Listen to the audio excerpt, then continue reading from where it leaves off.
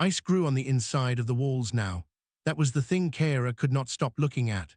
For 1,000 years, no Draveney had ever seen frost form inside one of their own ships, because their ships had always been warm from the inside out. Now she watched the thin white crystals spread across the metal like a slow disease, and she understood that her whole world was ending in silence. The great ark drifted at the edge of a dead star. Once it had been a floating city, home to 40,000 of her people. Its halls had glowed with soft light. Its engines had hummed a deep song that every child learned to sleep by. Now the engines were silent. The lights were gone. And the 40,000 had become 9,000, then 6, and the number kept falling every time the cold came for the weak. Kara pressed a claw against her own chest. Deep inside her, where a bright living fire should have burned, there was only a dull, heavy stone. Every Draveney was born with a heart fire, a piece of living flame that gave them warmth, gave them flight, and gave their ships their power. The heart fire was not a machine. It was part of them as much as a heart or a lung. And one by one, across every colony and every ark, the heart fires had gone dark. They called it the blight. No one knew where it came from. It did not burn or bleed. It simply reached into the sacred fire of her people and put it out, like a wind blowing across a candle. First, the far colonies fell quiet. Then the trade worlds. Then the home fleet. Within a single lifetime, the proudest people in the whole region had become beggars in frozen ships, too proud to ask for help and too broken to help themselves. Kara wrapped her wings tighter around her body. Her wings were useless now. Without her fire, she could not fly. She could only fold them around herself like a thin blanket and try not to think about the cold creeping up from her feet. Far away, on the bridge, the elders were arguing again. She could hear the old voice of Voron rising above the others. Voron had led the fleet since before Kara hatched. He was proud even now, proud in a way that frightened her, because pride did not keep anyone warm. Then something happened that had not happened in a very long time. A light blinked on a dead console, a weak, flickering light, a signal. It was not one of theirs. Across the empty dark, in a very different kind of ship, a very different kind of creature was staring at the same signal. The human survey vessel was small and ugly and loud. It had none of the smooth beauty of a Draveney ark. It was all bare metal, exposed pipes and blinking screens. But it was warm. It was warm because the humans made their heat the hard way, by burning fuel and splitting atoms and forcing energy out of dead rock. They did not carry fire inside their bodies. They had to build it, and they had gotten very, very good at building it.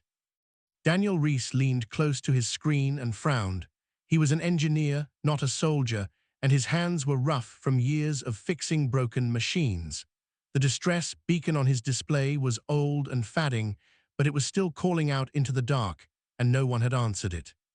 "That's a dragon fleet," said Captain Hollies behind him. Her voice was flat. "We were told to stay clear of those." "We were told a lot of things," Daniel said. "Doesn't mean we listened to all of them." Hollies crossed her arms. Everyone in the sector knew the stories. The Draveney were an ancient, powerful people, and they did not welcome the young human race. They looked down on humans as small, weak, short-lived creatures who crawled between the stars in metal boxes. More than once, a human ship had been warned away from Draveney space with cold words and colder threats. "They've never wanted our help before," Hollies said. "They've never been dying before," Daniel answered. He pointed at the beacon. "Whoever's on that ship, they're freezing to death right now, and I'm not going to sit here and drink warm coffee while I watch a light go out." Hollies was quiet for a moment, then she sighed. "Suit up, but we go in careful." The two ships came together slowly. When the human airlock opened onto the Draveney corridor, Daniel felt the cold hit him even through his suit. His breath fogged the inside of his visor. The hall was enormous, far bigger than anything humans built, with high curved walls made for creatures with wings. And it was dark, and it was silent, and it was full of frost.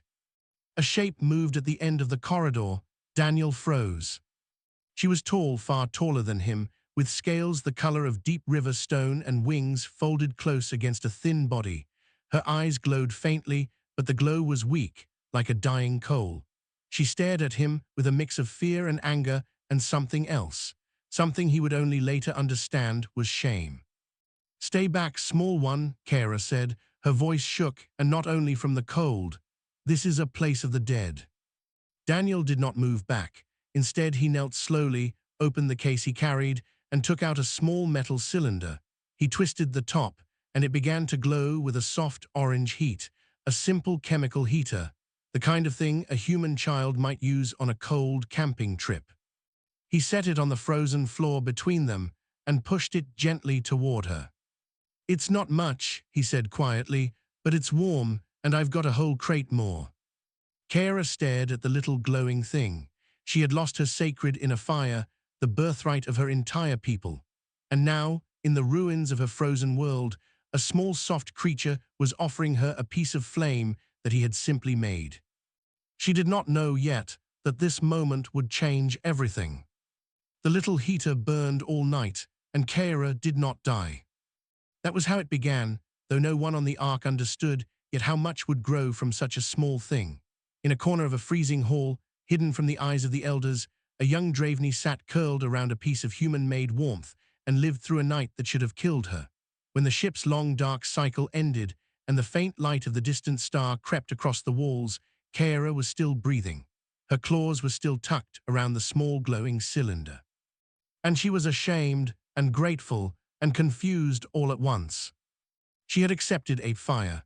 That was what the elders would call it. Fire made by hands instead of born in the blood.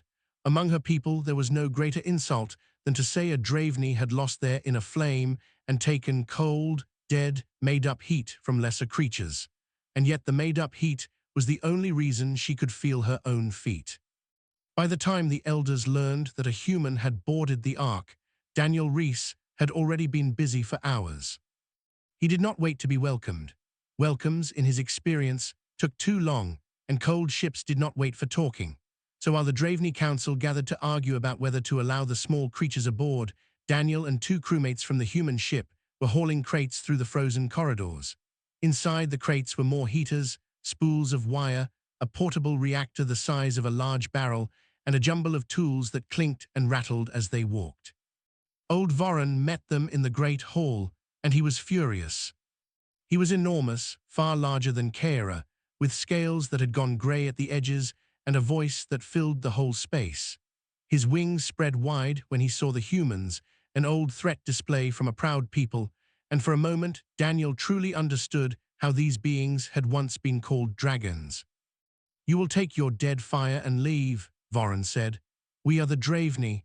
We do not warm ourselves with the tricks of crawling things. Better to freeze with honor than to live by the mercy of apes." Daniel set down his crate. He was not a brave man by nature, but he had a stubbornness in him that looked a lot like bravery from the outside. "With respect," he said, "your people are dying. I counted the bodies on the way in.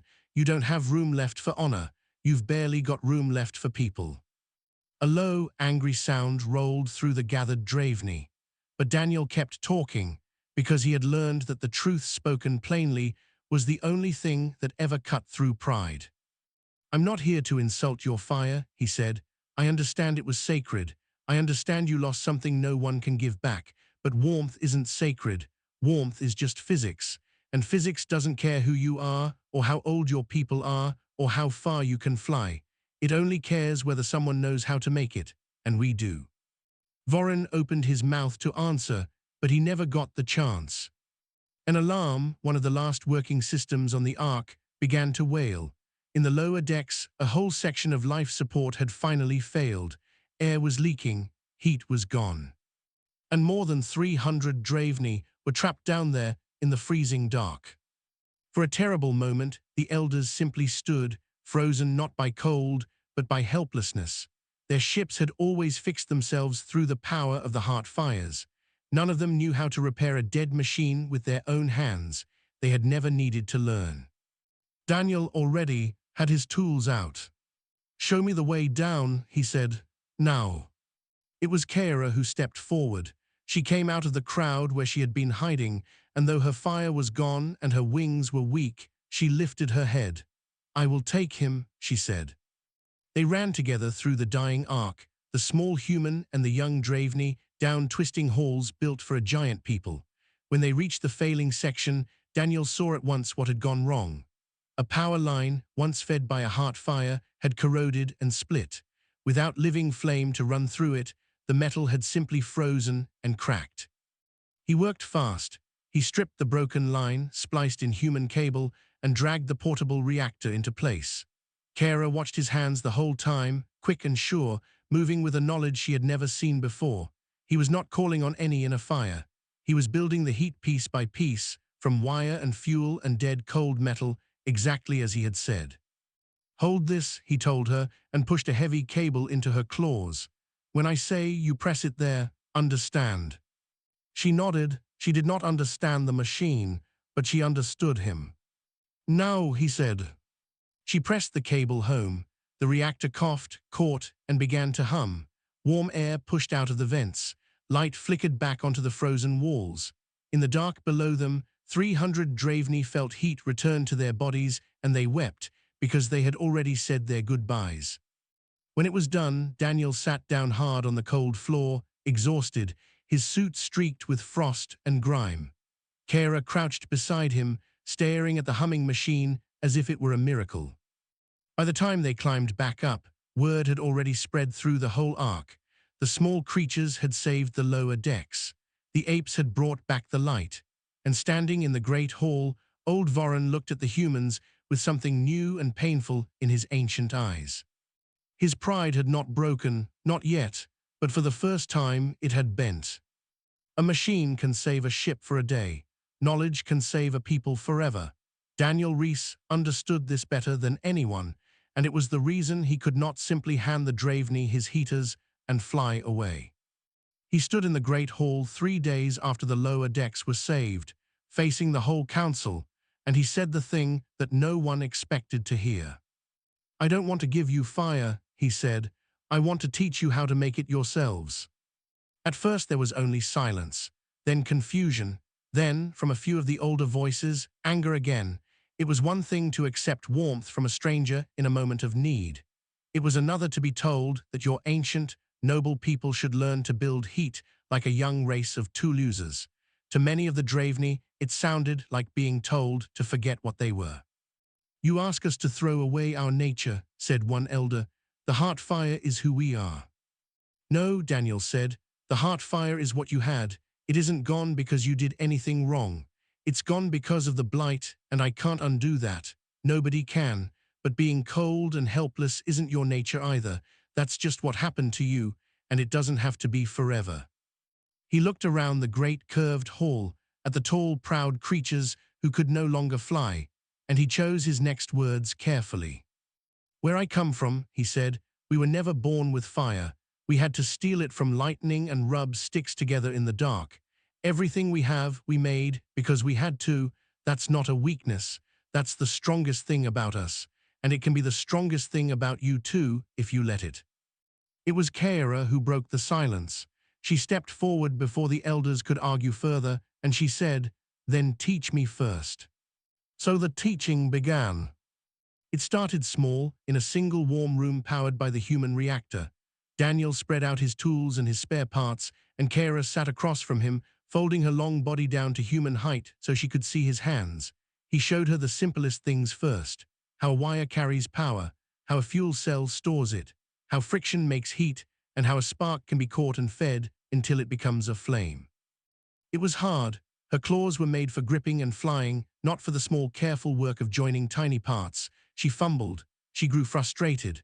More than once she nearly gave up, because a proud creature does not enjoy being clumsy at a child's task. But Daniel was patient in a way that surprised her. He never mocked her. He simply showed her again and again and again until her claws began to learn. Word of what they were doing spread through the ark. At first only a few came to watch, standing quietly at the edge of the room, pretending they were only curious. Then more came. Then some of them began to sit down and try for themselves. Draveney hands, built for the sky, bent over spools of wire and rows of cold metal, learning to coax warmth out of nothing. Daniel taught them everything, not just how to fix the broken machines the humans had brought, but how the machines worked so they could build their own. He taught them where fuel came from and how to refine it. He taught them how to turn the dead ice on their hull into water and air. He taught them how a reactor was born from raw ore and clever work. Piece by piece, he handed the human's oldest gift across the empty space between two peoples, not a fire, but the method of fire. The endless human habit of answering the cold with cleverness instead of despair. The arcs began to change. In dark halls that had been silent for a generation, small lights flickered back on, made by Draveney hands. In frozen workshops, the sound of tools returned. Children who had been born into a dying fleet now grew up watching their elders build engines from scrap. Slowly, the great ships stopped feeling like tombs and started feeling like homes again. And Kara changed most of all. One evening, long after the others had gone to rest, she stayed behind in the warm room. On the table in front of her sat a small reactor she had built herself, entirely with her own claws, from the first bolt to the last wire. Daniel had checked it once and then stepped back and let her finish alone. She looked at it for a long time, then she reached out and pressed the switch, exactly the way he had taught her. The reactor coughed, caught, and began to hum. Warm light spilled out across the table, across her scaled hands, across her face.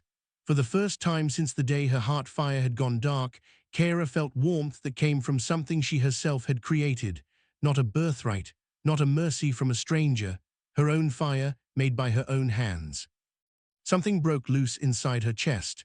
She had spent so long believing that when her inner flame died, the truest part of her had died with it. But here was heat, here was light, here was fire, and she had made it live. The blight had taken her heart fire. It had not taken her hands, or her mind, or her will. She began to laugh, and then she began to weep, and the two were the same thing. Daniel watched from the doorway and said nothing. He only smiled, the quiet smile of a man who knows he has given someone back their future. Outside the warm room, across 3 great arcs, thousands of small new fires were burning in the dark. The dragons were learning to make their own flame, and though none of them knew it yet, the galaxy was about to find out that the dead fleet was not so dead after all. Vultures always come to a dying thing before it is fully dead. The Sethari had been watching the Draveney fleet for years, patient and cold, waiting for the last of the dragons to freeze so they could pick the bones. They were a hard, grey people, built low and strong, with flat eyes that gave away nothing. They did not build great cities or sing to their engines, they took. When another race grew weak, the Sethari arrived to strip its ships, seize its worlds, and claim its riches, and they called this the natural order of things. For a long time, they had marked the Draveney arcs on their maps as a prize simply waiting to ripen. So when 3 Sethari cruisers slid out of the dark and came to rest around the fleet, their commander expected to find frozen ships full of frozen bodies, ready to be carried away. Instead, he found lights. The arcs were glowing, not with the soft, deep glow of the old heart fires, but with a scattered, stubborn brightness, thousands of small-made fires burning across the hulls. Faint plumes drifted from repaired vents. On his scanners, the Sethari commander saw power signatures where there should have been only cold. The dead fleet was warm. The dead fleet was working. The dead fleet was, impossibly, alive. He did not like things he did not understand, so he opened a channel and demanded answers. On the bridge of the lead arc, the Draveney Council gathered to receive the call, and this time humans stood among them. Daniel Reese was there, and so was Kara, and so was old Voron, whose pride had bent but never broken, and who now stood taller than he had in years. The Sethari commander's flat face appeared on the old screen. His voice was slow and heavy. "Draveney," he said, "we came expecting the dead. Explain what we are seeing." Voron answered before anyone else could. "You are seeing a people who are not finished," he said.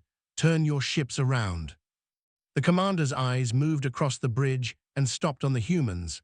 Small creatures, soft creatures. He knew them, or thought he did. The young race that crawled between stars in metal boxes, the race everyone dismissed. "Ah," he said, and there was contempt in the single sound. "So this is the trick. The apes have been here." He leaned closer to his own screen.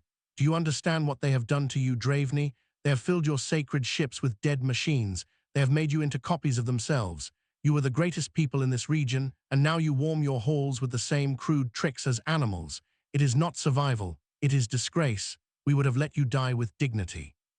They have taken even that from you."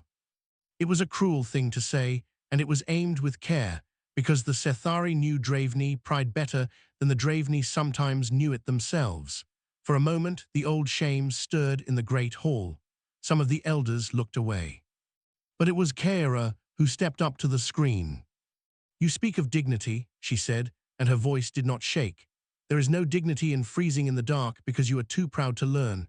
My heart fire is gone, it will never come back. And yet I am warmer now than I have been since the blight, because a small soft creature you laugh at taught me to make my own fire with my own hands. That is not disgrace.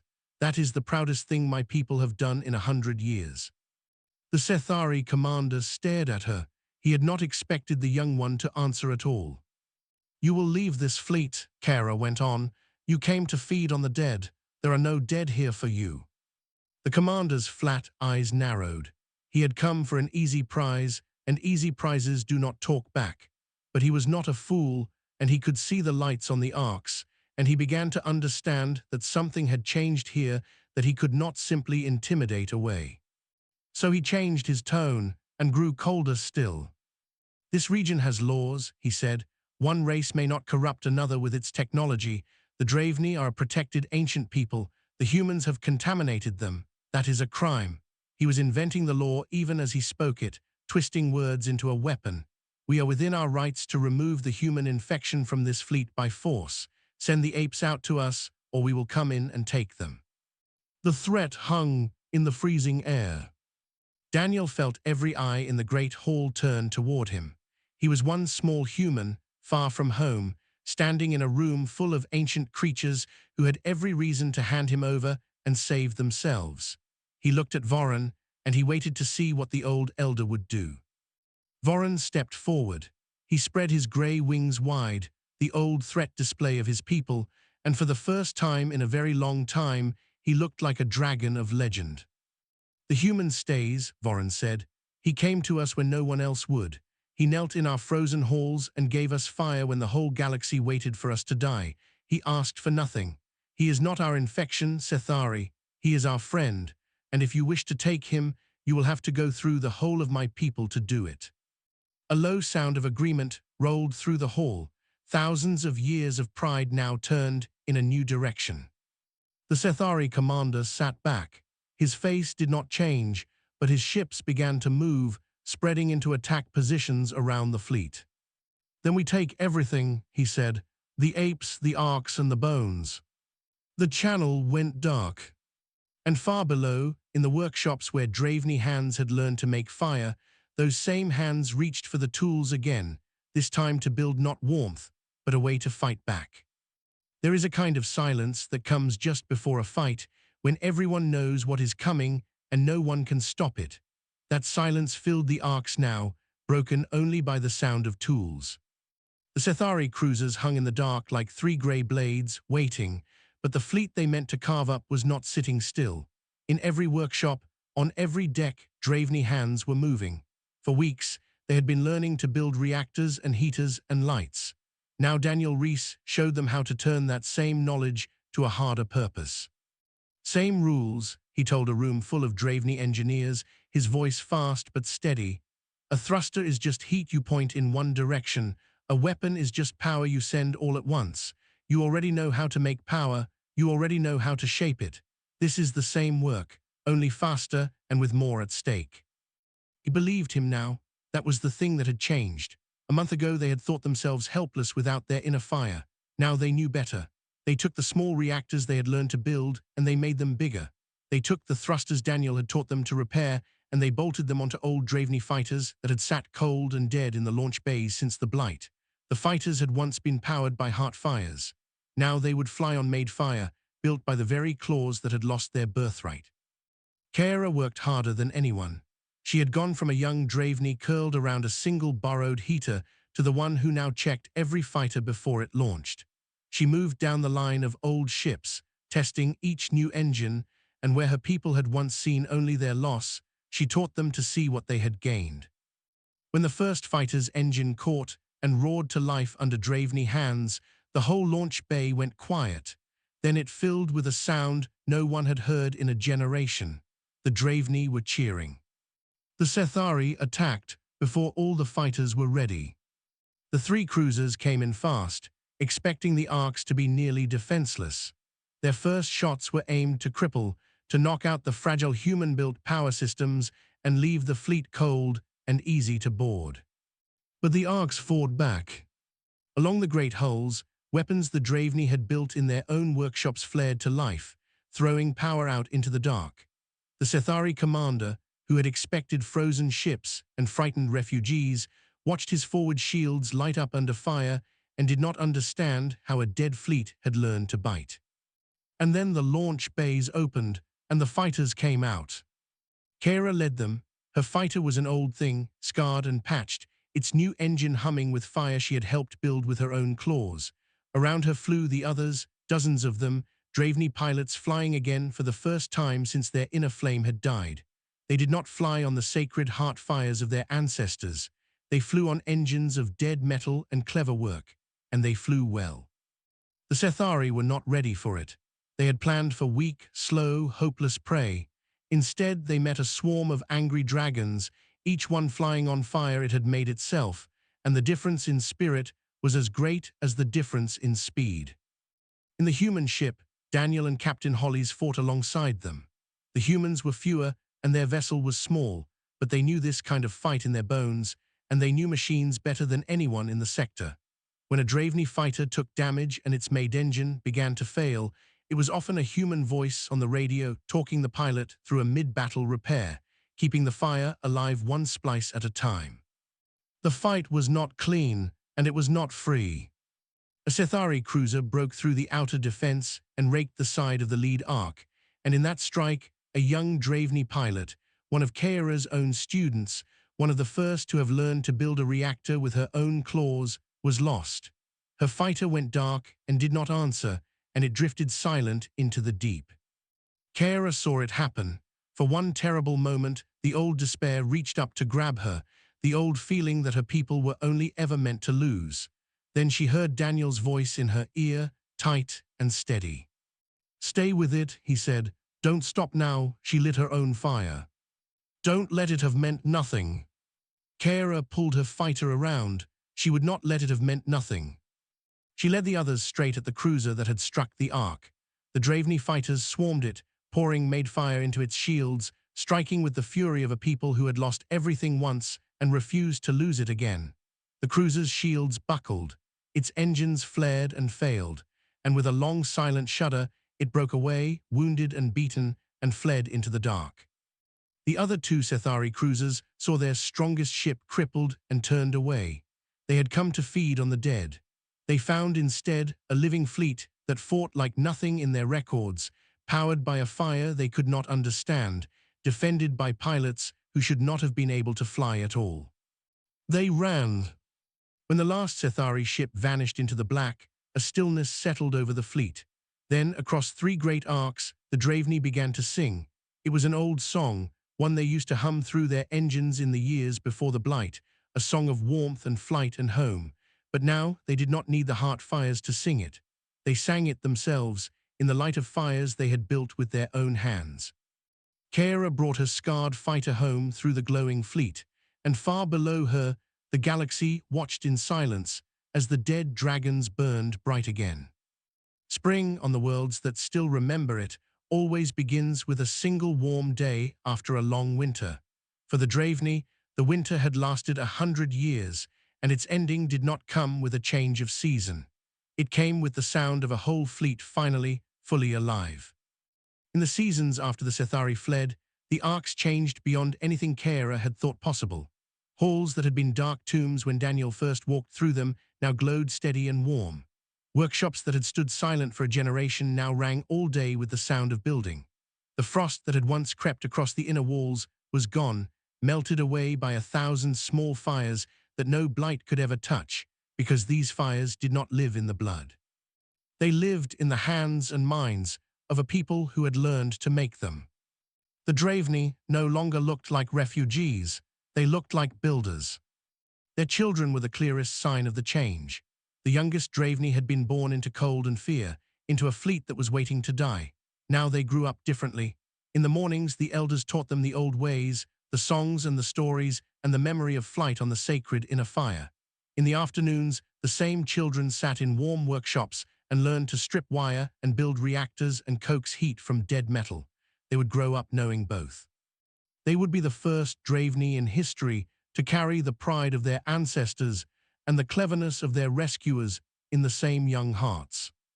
There came a day when the council gathered in the great hall, not to argue and not to grieve, but to give thanks. The whole fleet knew what the gathering was for.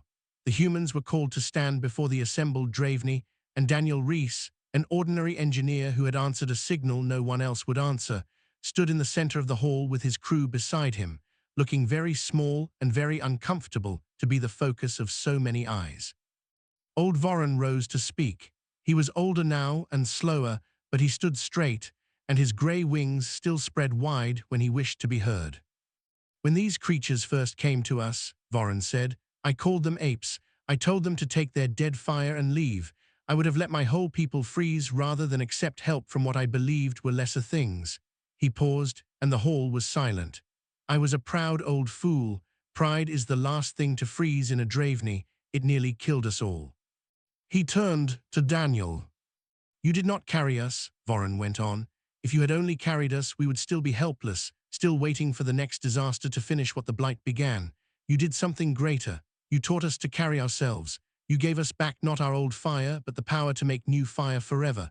There is no gift greater than that. A people who are given warmth will one day be cold again. A people who are taught to make warmth are never truly cold again. Voron stepped down from the raised floor, something an elder of his rank almost never did, and he came to stand before the small human. Then he spoke a word in the old Draveney tongue, a word the whole hall repeated after him like a blessing. Kara stood at the front of the crowd, and it was she who leaned close and told Daniel what the word meant. It is a name, she said softly. Our people are giving you a name. It means the one who gave fire. Daniel, who was not a man for grand moments, found that he could not speak at all. Later, when the ceremony was over and the great hall had emptied into the warm, glowing corridors, Kara and Daniel stood together at a wide viewport, looking out at the fleet. All across the dark, the arcs burned with steady light. Beyond them, work had already begun on the first of the old Draveney worlds, a frozen colony that teams of Draveney engineers, trained by humans and now teaching each other, were slowly bringing back to life. You could go home now, Kara said. Your work here is done. The galaxy knows what we can do. No one will circle us like vultures again. Daniel was quiet for a while. I could, he said, but I don't think I want to. There's a whole lot of cold worlds out there that could use warming up, and you people are getting pretty good at it. I figure we'd cover more ground together. Kara looked at him, at this small soft creature who had knelt in her frozen hall and pushed a single glowing cylinder across the ice toward a stranger. She thought about the day her heart fire had gone dark, and how she had believed then that the truest part of her had died with it. She had been wrong. The truest part of her had not been the fire she was born with. It had been the will to make a new one. Together, then, she said. The two peoples had made a choice, and it was not the choice of saviors and saved, or of masters and servants. It was the choice of equals. The Draveney, who had lost everything, would not spend their future in debt or in shame. They would spend it building and flying and reaching outward again, with humanity beside them as partners. When the time came to leave that system, the fleet lit its engines together. A great reborn Draveney arc, glowing along its whole vast hull, rose out of the dark, on fire it had made with its own hands. Beside it flew one small, ugly, loud human ship, warm from the inside as it had always been. The dragons had lost everything, and one human had given them fire and a future.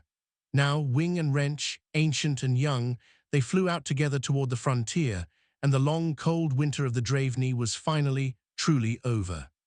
The end.